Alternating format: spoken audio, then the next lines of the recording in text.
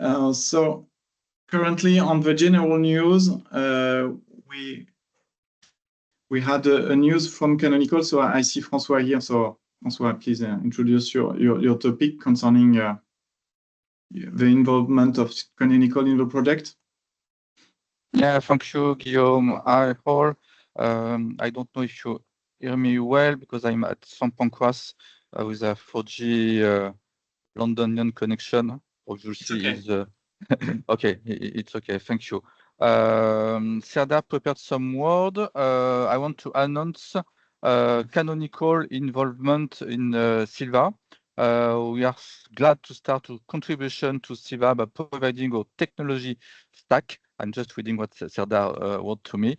This includes addition of our open source Kubernetes distribution micro keys, which is based on upstream keys components. We will integrate micro keys with Sylva cluster management toolchain, and we will respond to the call for RFE soon. If you don't mind, we will present our RFE request at the next TSC. Okay, so I note the point in the agenda of next TSC, François. Is there any question or clarification point to François? No? Thank you. If you want me just to elaborate a little bit more in 2 or 3 sentences, our CEO, Mark Shuttleworth, decided to invest. Let's say unblock, or we are going to dedicate a specific budget to do this, and the goal is to somehow take ownership of this chain 2, which is Ubuntu based and vanilla Kubernetes based. Okay. Thank you, That's all on my side. Thank you. Thank you, François, for Canonical. On the other general news, it's a reminder that we will have our Sylva mini summit, and we will have, I think, a focus on this topic during the adoption and communication with Naomi and Julie.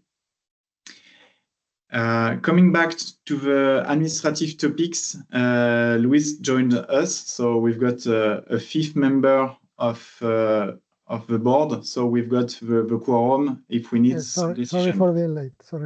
No, Luis. The important is that we have the minimum quorum to have some decisions. Okay. Is there any directed fund information we want to share to this TSC? I do not see on my side, but Naomi or Kai, as you are all also participating to this funding board, don't hesitate. No, nothing from my side. Thanks. Okay. Neither me. Is there any governance topics? So we've got some, at least about the TSC members and committers. So let me have a look on the actual members. So I think on the DT side, you want to make some updates on the board of DT. Correct. Yes, I should have done that. I will change that. So no, you can just say by your role, and I will modify following the minutes of the meeting. Yep. So just Book will take over the main responsibilities, and I stay as alternate. And Nathan Rander will leave the board. Yes. Okay. So this is for Dutch Telecom, and on Orange side, it's just we are not up to date because Théophile de Bosch is not anymore our Workgroup 3 committer, so we will update this. Ramin Chen, you are not in the list of committers, so as you are the Workgroup leader, and it's logical that you are a main committers. And we have also on Orange side some extra participants in the Workgroup 1 as committers. Matthew, I think we've got extra people. So Rémi Le Trocker, I think, is no committers and reviewers? Yes, indeed, we'd like to propose to have Remy as an additional core developer. He has been doing a lot of reviews so far, and yeah, he knows the stack pretty well, as François, Thomas, and other Orange core developers. So we'd like to officially grant him the right to merge some code into Sylva. Oh. Is it okay for everyone? So I propose to have a bulk of modification in the committers, adding Ramin Chen, adding Mihai Tuciu in behalf of Théophile Debauche, and Rémi Letrokers in the reviewers. Is it if some people of the board are not okay, please raise your hand or a small chat in the Teams for the members. Seems okay. Second chat. Okay. So we'll follow the meeting. Thank you. Then after this governance topic, I will let the floor to Matthew. Matthew, concerning the roadmap, I have the slides open, so tell me when I have to switch on. Sure, just okay. Just on the status, can you just refresh? Yeah, the magic button. I have updated very. It's fresh info. Yeah, just not so much to share. Just to tell you that yeah, we keep working on this patch release for Sylva v1.1. So I've been discussing and telling you about this patch release for some time now. We were expecting it to be ready sooner, but yeah, we have found some issues. We had some infrastructure issues also, but we have found some issues in the code that we have been fixing. Our goal is to really have a CI that is greener than what it is today, in order to have really something stable that we can rely on. So we keep targeting this CI to be greener. This is why we keep delaying this patch release. Anyway, it should come really soon now. We still have some small issue to fix, but we did a lot of improvement in the stack with this patch release. So as soon as it will be ready, we encourage any of you who already have some deployments done to upgrade to this new patch release. We are testing the upgrades from Sylva v1.1.0 to Sylva v1.1.1. So upgrades should be fine, and it will come with a lot of improvements in terms of lifecycle, in terms of reliability of the stack. So we keep focusing on that before switching to what we are going to work on for Sylva v1.2. So we can briefly talk about the roadmap if you want. Okay. So as soon as we finish the patch release, what we are going to work on for Sylva v1.2, which we expect by the end of September. First, we'd like to bump the version of Kubernetes to at least 1.29. Maybe 1.30, but yeah, it depends on our LTS strategy also. But for sure 1.29, which will probably come with a bump of the launcher version. What we've been already starting and what we are going to keep exploring is the potential switch to immutable OSs. This is a topic that we are addressing with SUSE, but also with Red Hat when we talk about OKD integration into Sylva. And this is probably a topic that we are going to have to discuss with Canonical too. Being able to to work on real-time OSs for RAN use cases, we started to explore that. I feel it's coupled to immutable OSs, because if we switch to another kind of OS, we should take into consideration the fact that this OS has to have a real-time flavor. So the two topics are kind of coupled.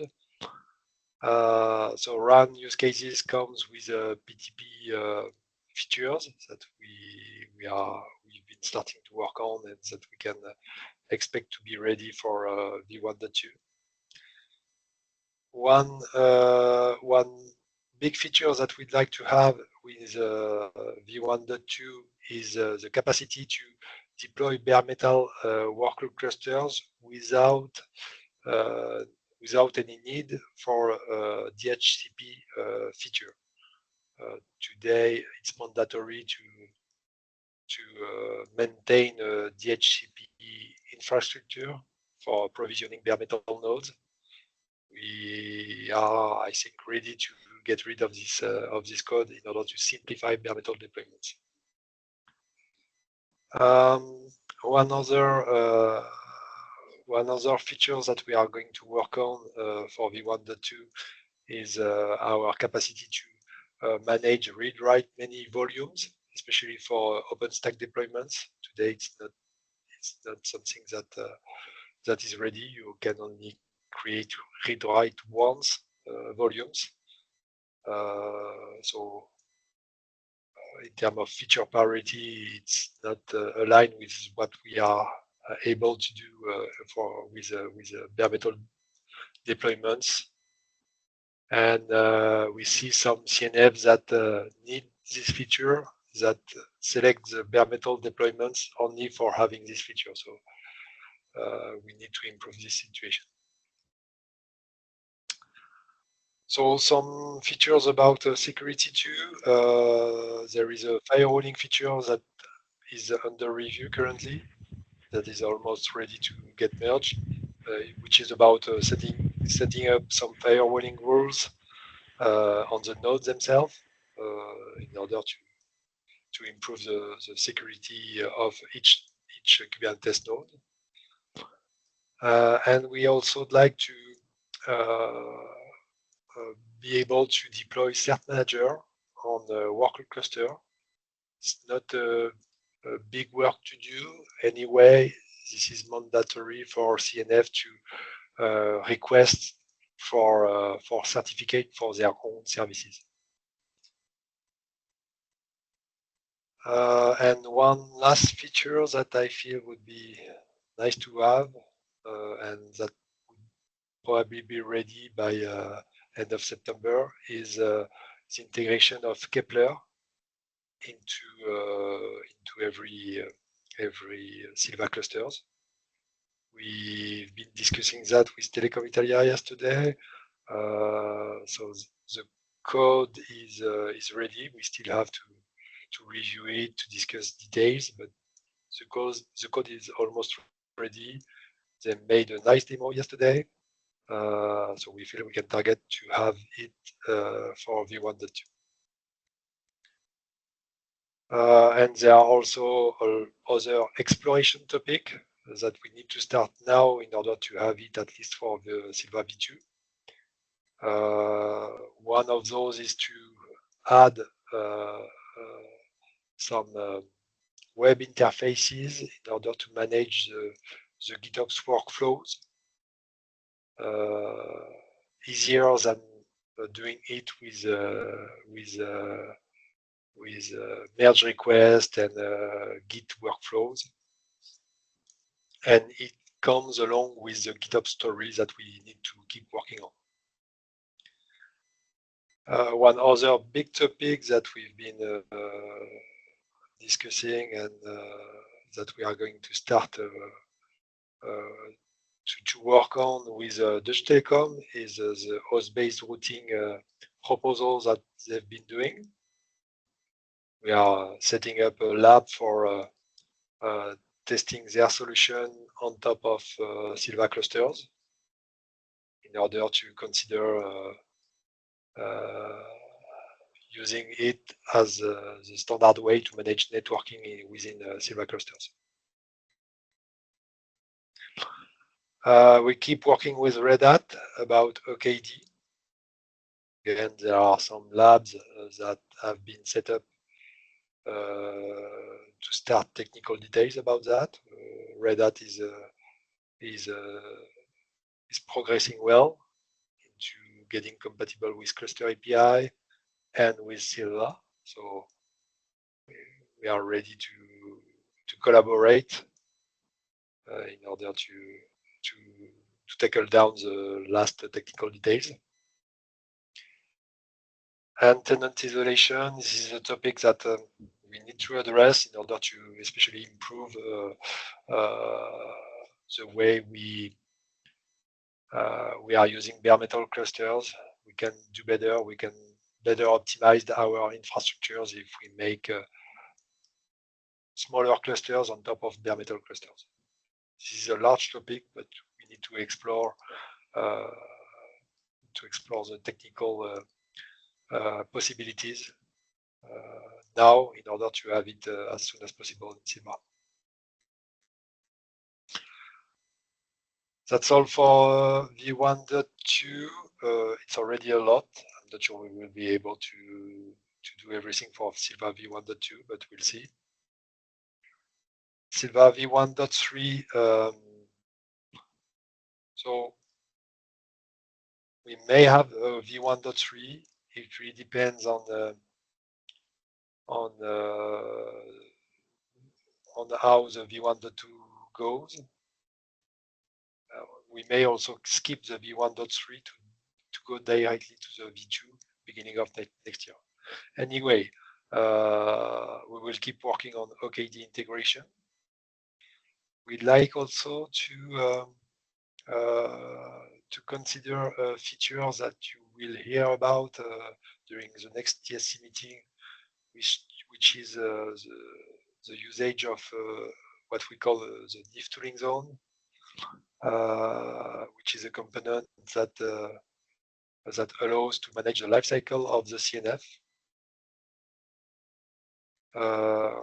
But a specific presentation will be done during the next TSC meeting. We can also consider hybridations with hyperscalers for this Sylva release. We will hear about that today, I think. Yeah.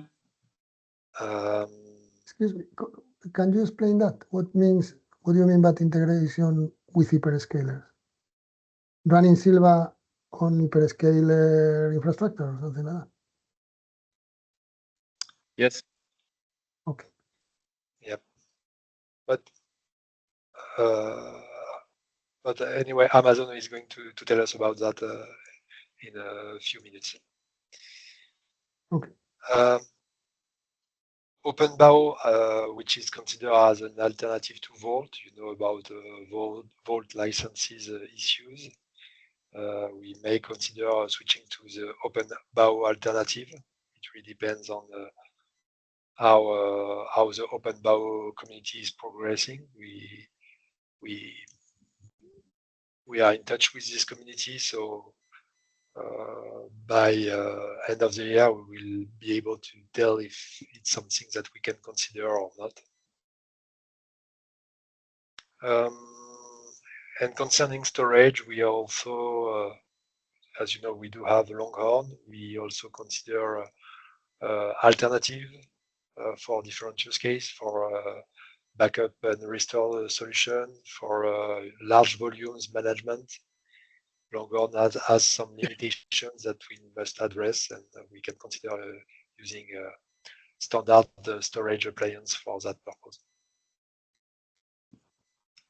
And one topic that we can consider to start exploring is the usage of GPU, especially for AI workloads. Use cases are not obvious today. Anyway, we do have some customers and interested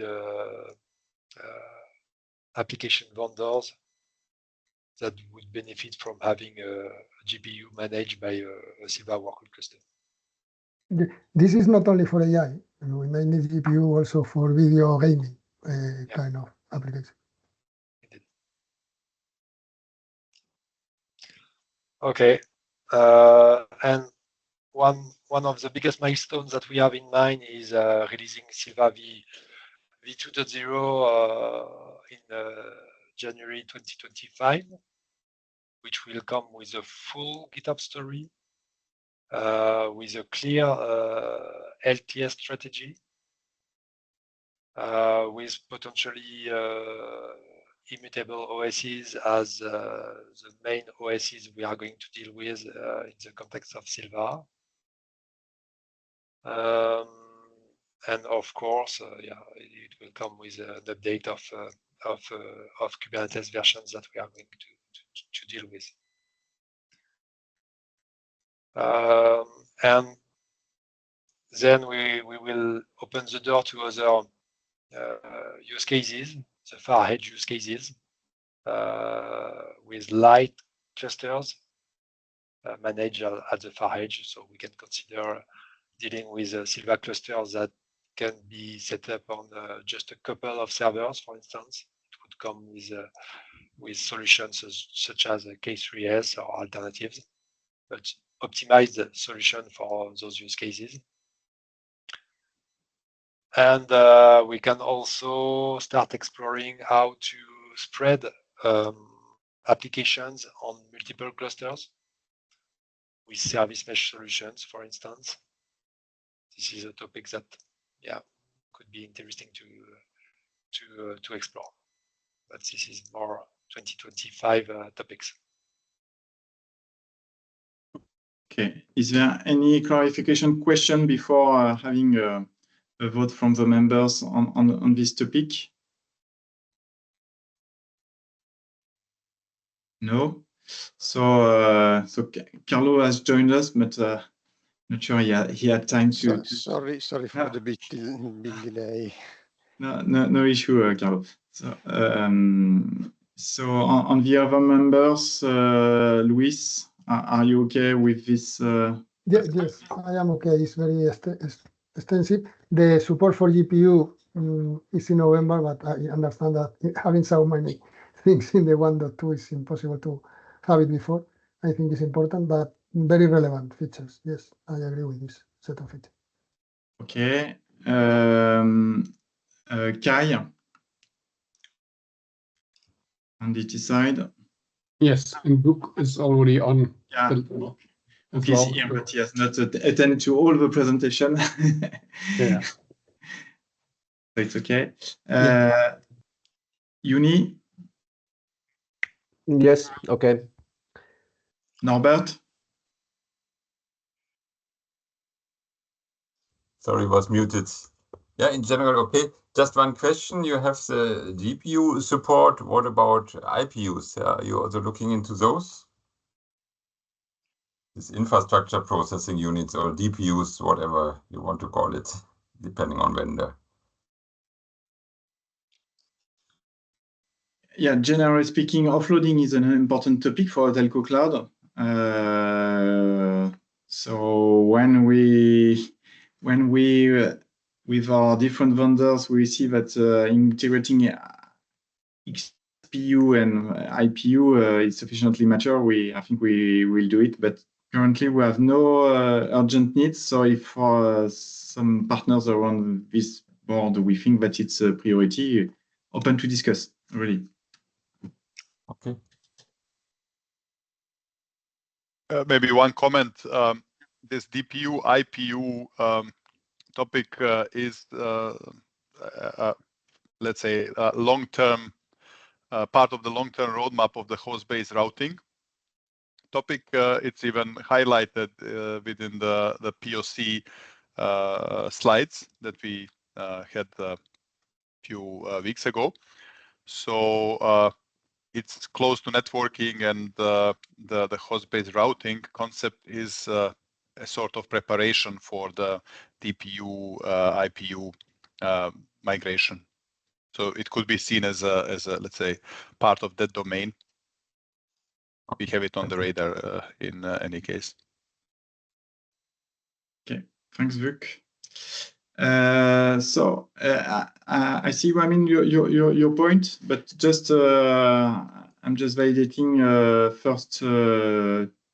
Carlo, you were here part of the presentation of this roadmap. I don't know if you have some comments before managing the question of Ramin.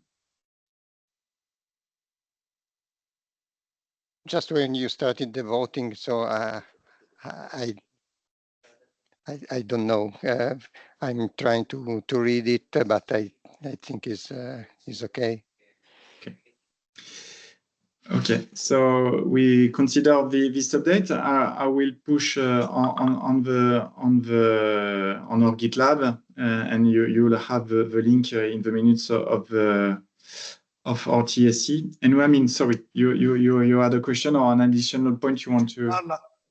I just still want to be on the CPU, GPU questions, because the vendor-specific GPU implementations and also the Kubernetes supports are varies, depends on maturity, but they also have their own use cases.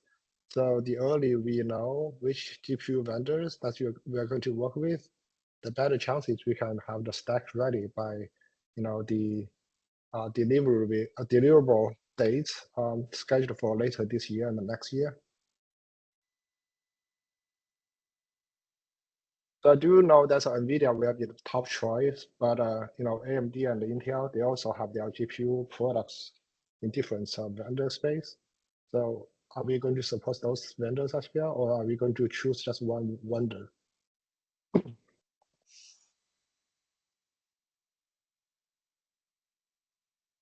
Yeah, to me it's really an open topic, and I'm not sure to tell you more about that today.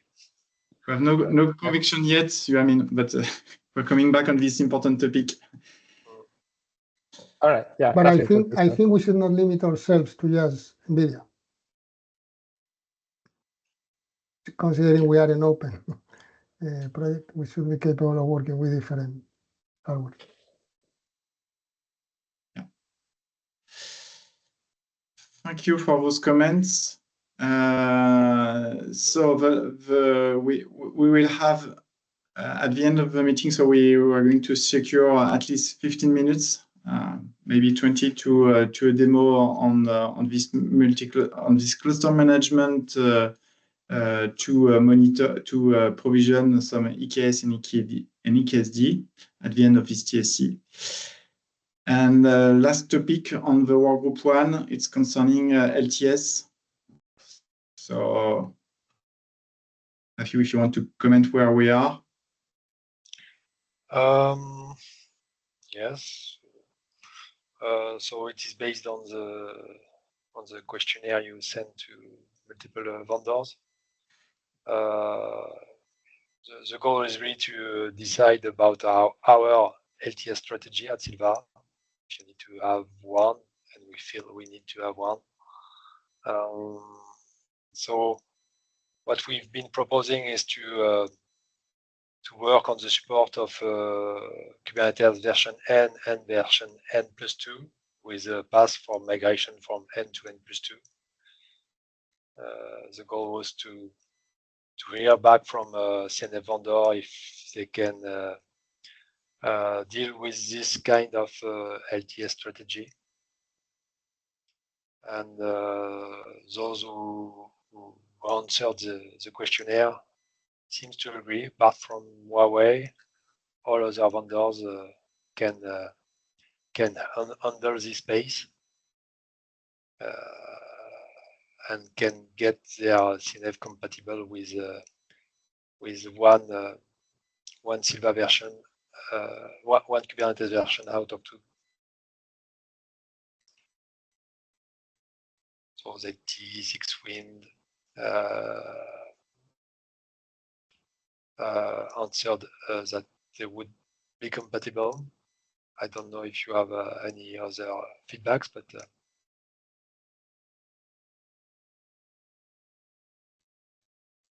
Okay.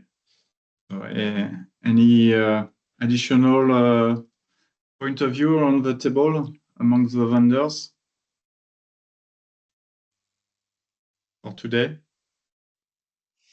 No, so it's still a ongoing topic. Yeah, sure. Not easy to align all the ecosystem, but we know that it's an important topic if you want to build this cloud horizontal strategy.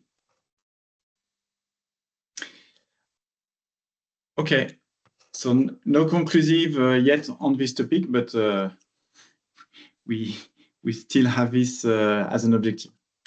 Yeah, sure. I don't feel there is a rush on adopting a strategy.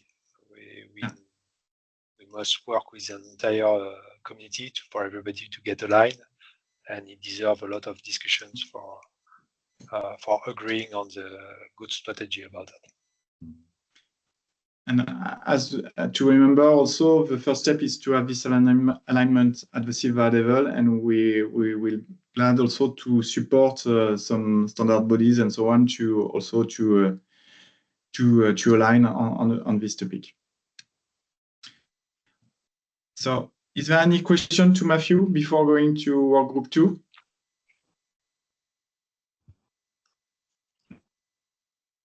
So, Luis, the floor is yours for the second work group. Okay, can you refresh? Yeah. As usual. Anyway, one. Okay. So the things that we have done since the last TSC, we have now another element in the backlog is the same that we already have, 6Wind, that is being revalidated in the Orange platform using the Sylva version 1 in this case. This is still in progress, okay? So this is going to be the first one that is revalidated because 6Wind, the provider indicates that they think is good to have it validated on the latest version of Sylva, and this is a very good proposal, so we are running it. It's still going on, not completed the validation.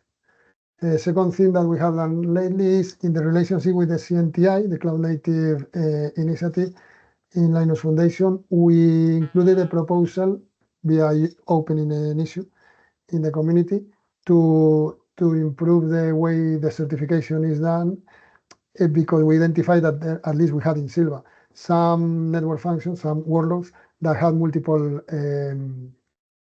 Helm charts. So doing this means that we have to run the certification scripts multiple times, and this is prone to error. So we are proposing an improvement to run the multiple Helm charts in the same script. So we expect this can be validated, can be accepted by CNTI, and we will modify the scripts accordingly. And we are still working in the deployment of the new validation platform. We already resolved the issue that was blocking us. Basically, one of the servers was out of server. So we have been capable of reverting the situation, and we expect to have it soon. This is taking us long, but we expect to have it soon.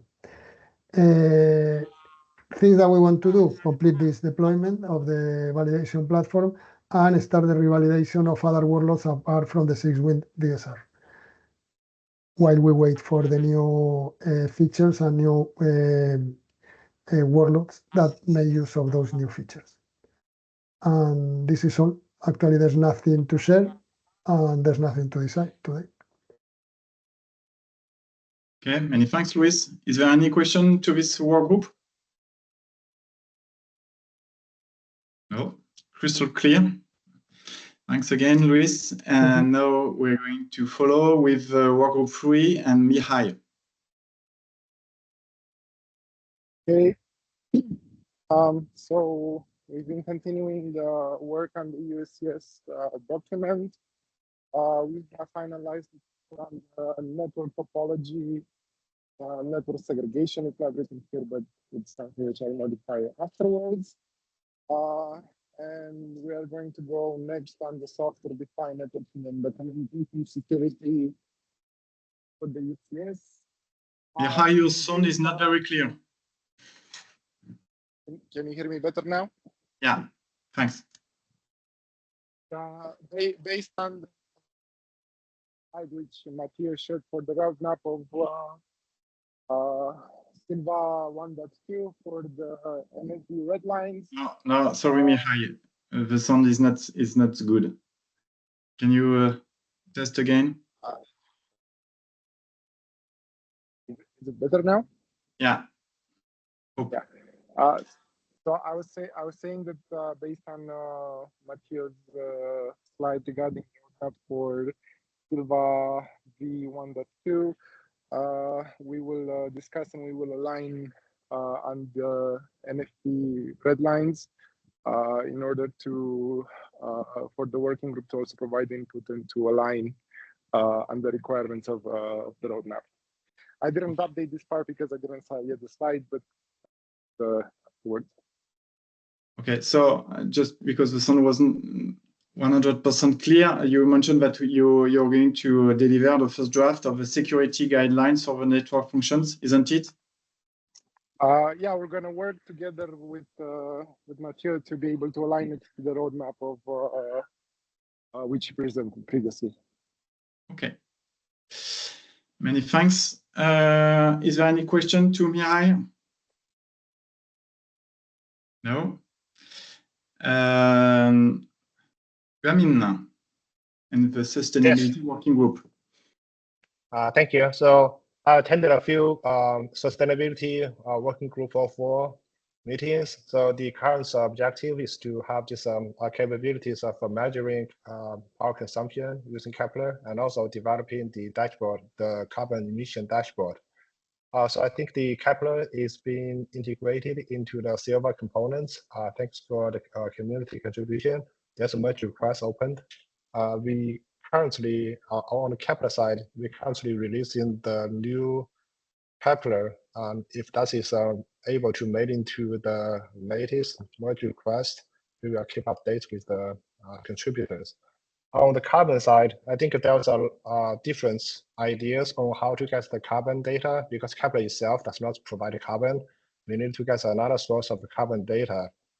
There's a lot of the community as well as the from different foundations working on that ideas how to provide this general access of carbon data at different locations and different timestamps. This is still TBD at the moment, I believe. So hopefully we can resolve that solution in the next few meetings in order to provide this carbon dashboard that can tell how much energy and how much carbon from each of the workload running on the cloud. Yeah, that's what we are having right now. Thank you. Any question to Ramin and the working group 4? No. Thanks. Our last work group before, sorry, it will be a little demo from multi-cluster on the communication and adoption. I don't know who is going to present it. We've got 3 representatives from this work group around the table. I don't know because I just came back from holidays, so Yeah. If you are sorry, you switched to work group 5? Yeah. Okay, so I'm going to do the honors because Julie is just back from holidays, so that wouldn't be fair. We have several topics. Maybe I'm going to start by the Open Source Summit in Vienna. We have a Sylva mini summit, so it's not Sylva Dev Day. It's a Sylva mini summit that is organized. Thank you, Guillaume. So I won't have to steal the screen sharing. So currently, the session, it's a morning session. We start by an introduction of the project. The goal is to get newcomers, new companies to onboard the project. So it's going to be the first 45 minutes. You will notice that there is no designated speaker. So if you are going to Open Source Summit and you want to introduce Sylva during this Q&A session, then you can contact Naomi, myself, André, or Julie to propose your candidate to do that, and then we will gladly put your name. We are discussing with Tim from SUSE, but I think he didn't confirm yet. Then you have 2 more deep dive sessions. So one on Open RAN, and the second one is on the cluster deployment. And for session number 3, so Vuk, I see you're on the bridge. It will be a session co-presented by DT and NTT.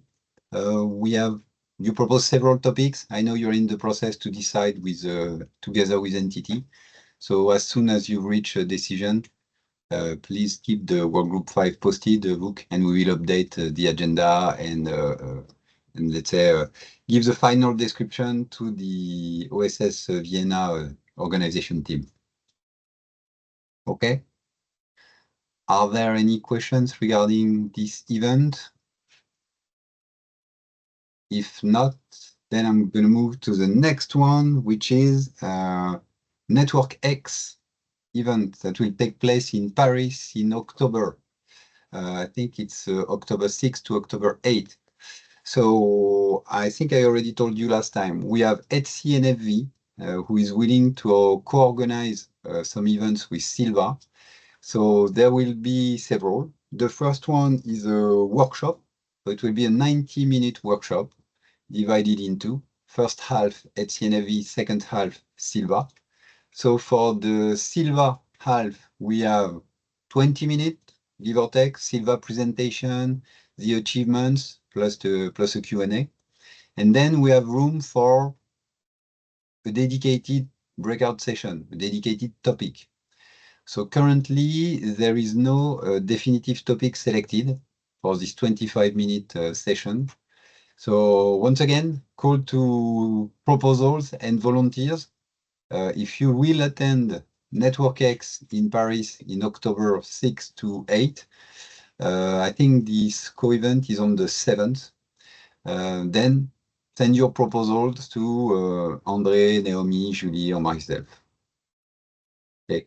I wanted to propose something currently that we are initiating something on the lifecycle management of the network functions. So it could be a kind of a challenge or setting a deadline to propose to present the progress of our work within Sylva on this topic somewhere in October. So if you have a better idea or if you think it's a bad idea, please raise your voice and give us some feedback. Okay.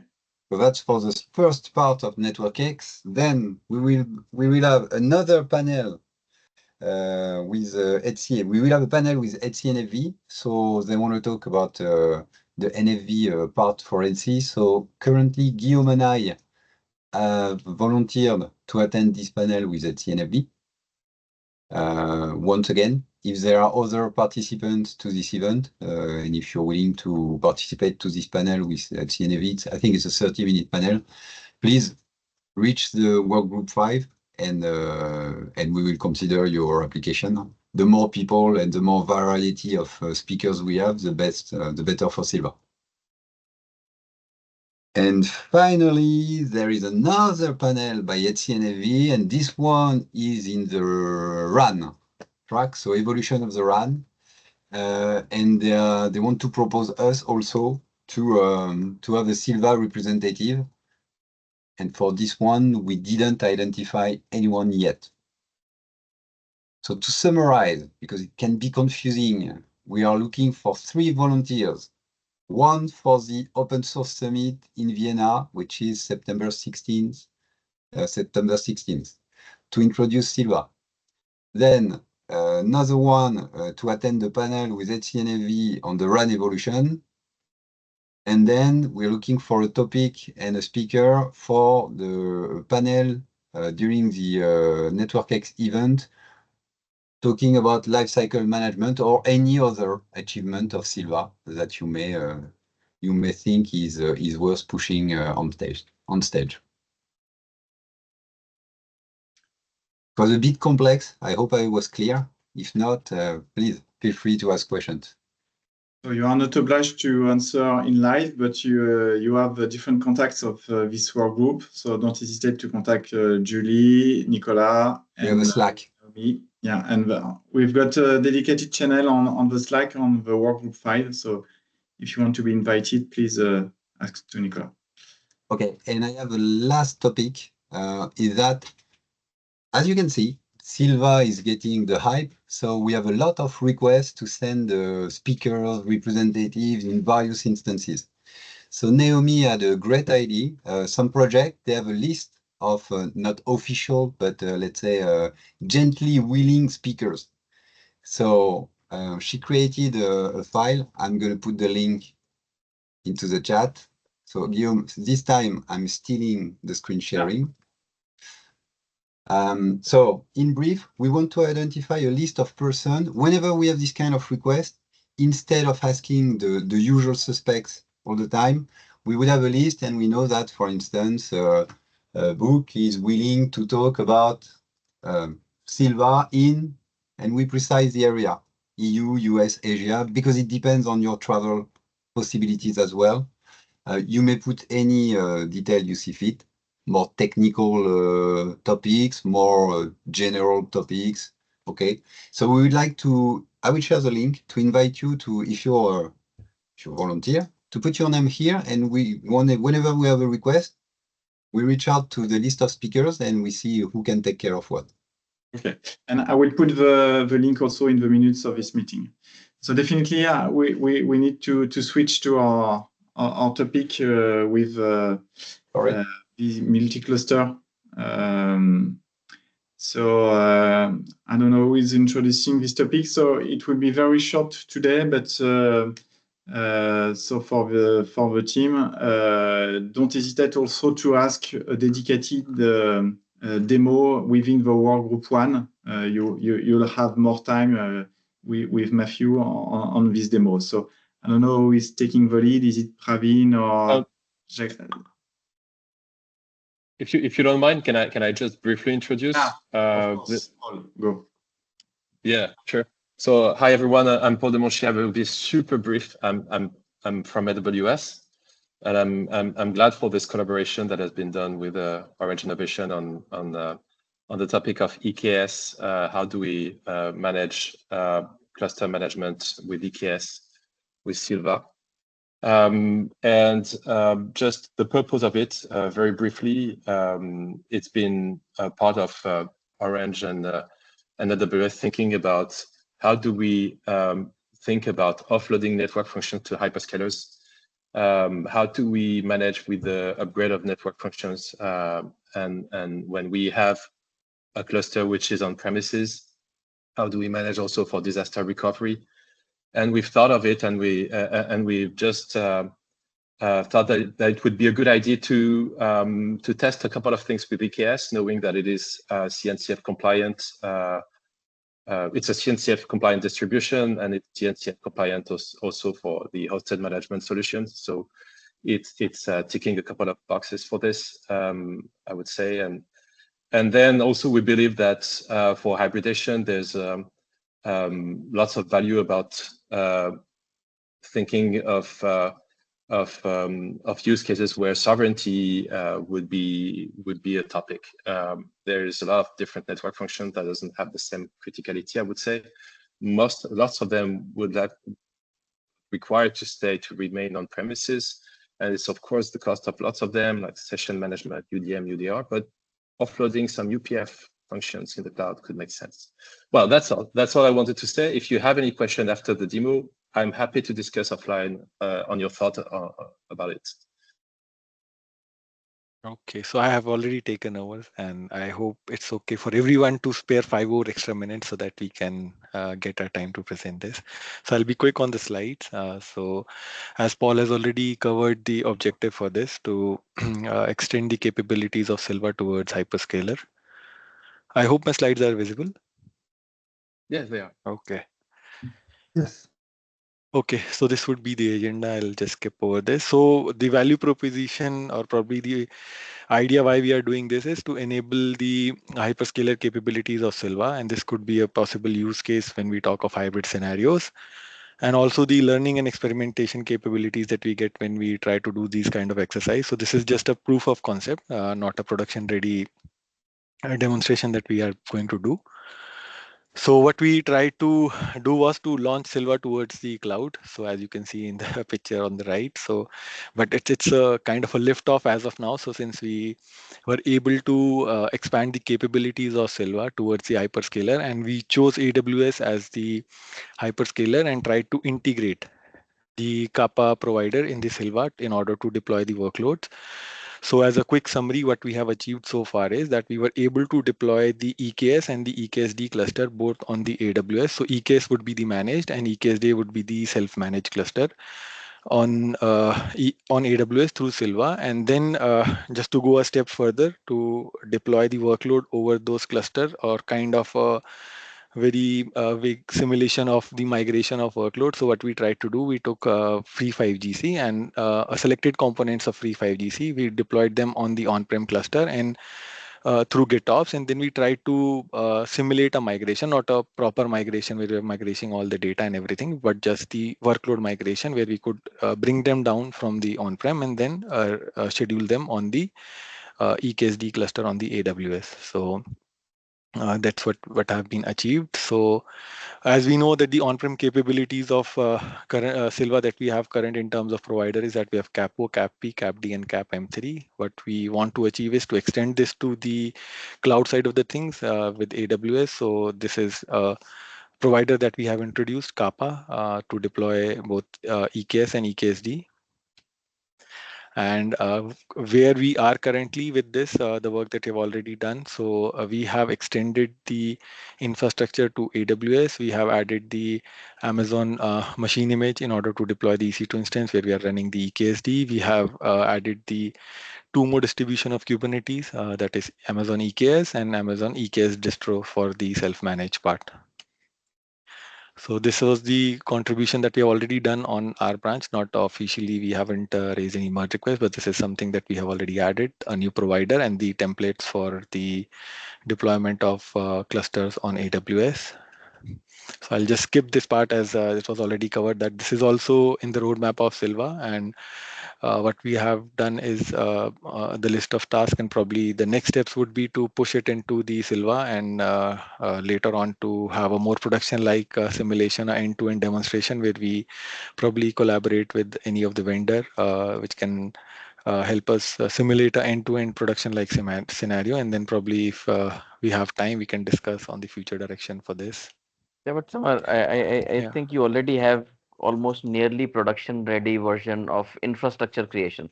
So that part I see that's already you have achieved.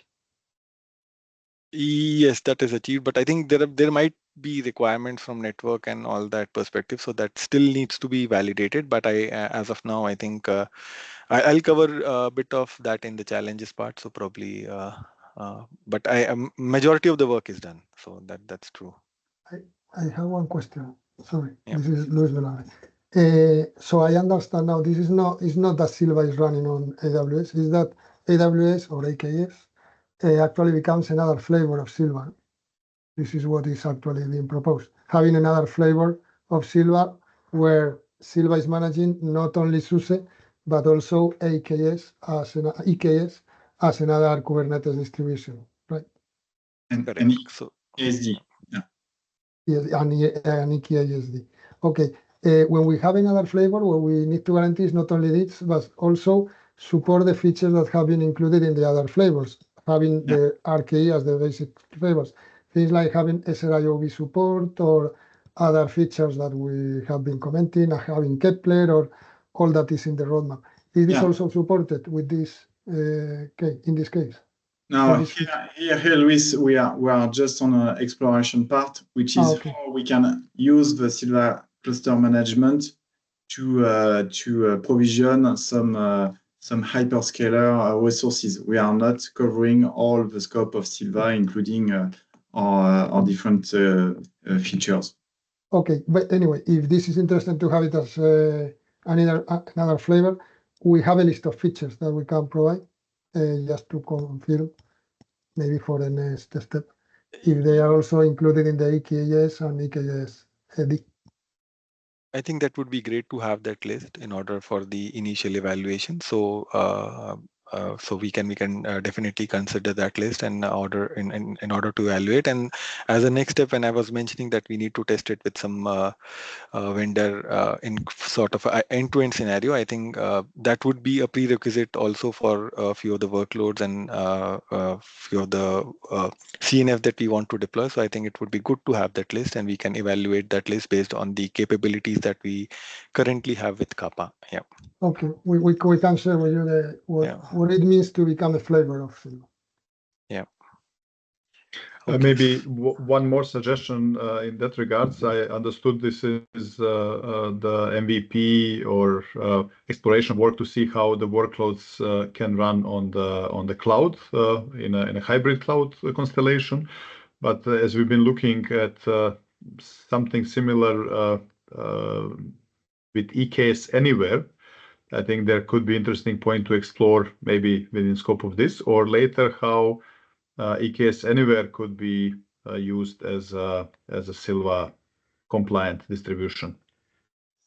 Definitely, that is definitely the next step, and we have been discussing that with Paul as well. So that is definitely the next step to explore the EKS Anywhere. Okay, so I'll quickly cover the slides, and then probably towards the end we can take more questions.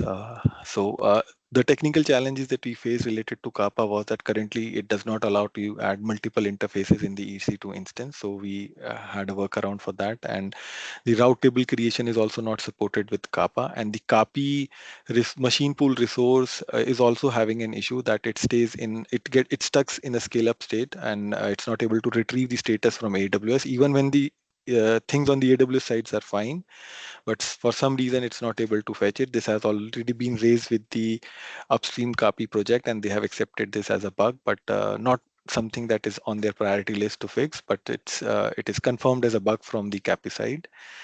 And network related issues that we faced was basically that Kappa is hard coded to reach out Kubernetes on port 6443, but due to the firewall that we have in the middle when we reach out to AWS, so we only have 2 ports open, and we had to take the Kappa code and remove this hard coding and manually edit the image and change the port just for our purpose. But it was something that Kappa was not interested, like the upstream maintainer were not interested to do, because this was something that is a standard port that Kubernetes communicate. But for our POC perspective, we did this workaround and were able to communicate successfully.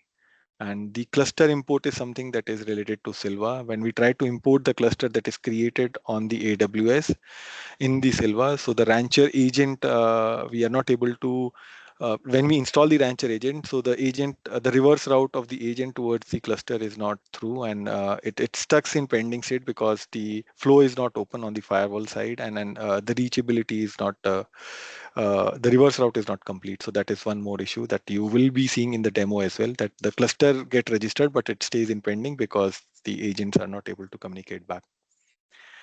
That's it. And this is a high level use case that we are going to demonstrate through, we are applying it through the GitOps principle. So we have Git, where we will trigger the creation of the workload cluster on-prem. This would be the initial state where we'll start from. We'll not cover this as a deployment, but the next part would be we'll trigger the deployment of a EKS cluster through Git on AWS, and then we will trigger the deployment of EKSD.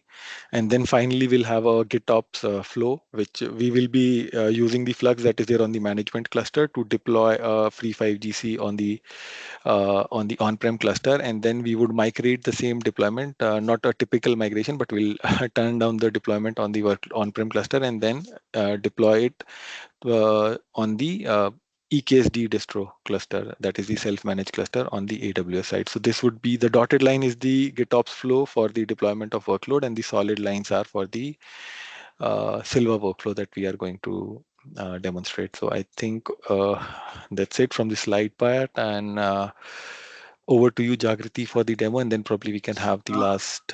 Yeah. So sorry, we are really out of time. So what I propose is that the demo, we will do it on next Tuesday on the workgroup 1. So okay. Matthew will not be here, but I will arrange the demo.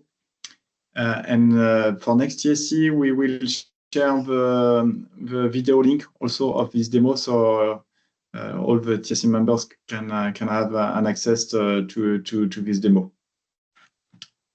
Okay. Okay. So if there are any questions, then it's We've got 2 questions. Mm. Carlo.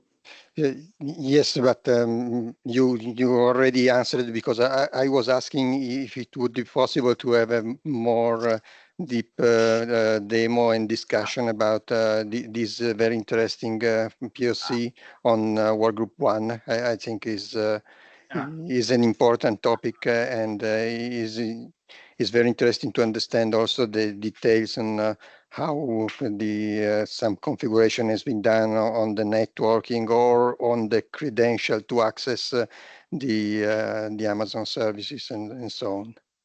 Okay. Okay, Carlo, take it. Matthew? On my side, it was just a reaction to what Luis was requesting regarding the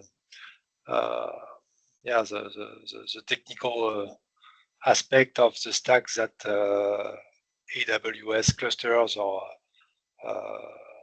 hyperscalers clusters must deal with. I'm not sure this is the good way to move forward with this hyperscaler topic, because I feel like with hyperscalers clusters, we can handle specific applications, specific use case of offloading.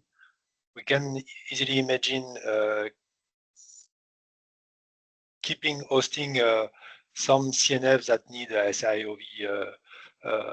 SIOV capabilities on premises, while we would use hyperscalers clusters to offload some IT applications or whatever, something that is not critical. So I'm not sure we should oblige the workload cluster deployed on hyperscalers to be compatible with every component that we have for on-premises clusters. And that's a good comment. We could have different flavors, let's say flavors with different functionalities incorporated. That's a good point. Yeah. Just one thing here. SRIOV is working perfectly on AWS with EKS with some 5G core deployments for in some areas of the world where we've already done it with Dish, typically in the US, and you probably know that we also have 5G core for Telefonica O2 in Germany that is also running on AWS. So the features of SRIOV are perfectly, I would say, managed today on AWS. So I take your point. Maybe it could be a several step to get some of the features of Sylva or requirements from Sylva to manage to deploy them and to manage them on AWS. And I think your view is interesting, Matthew, in starting maybe with some types of network functions where we feel more comfortable maybe on AWS, and depending on the progress that we're making, we can just extend.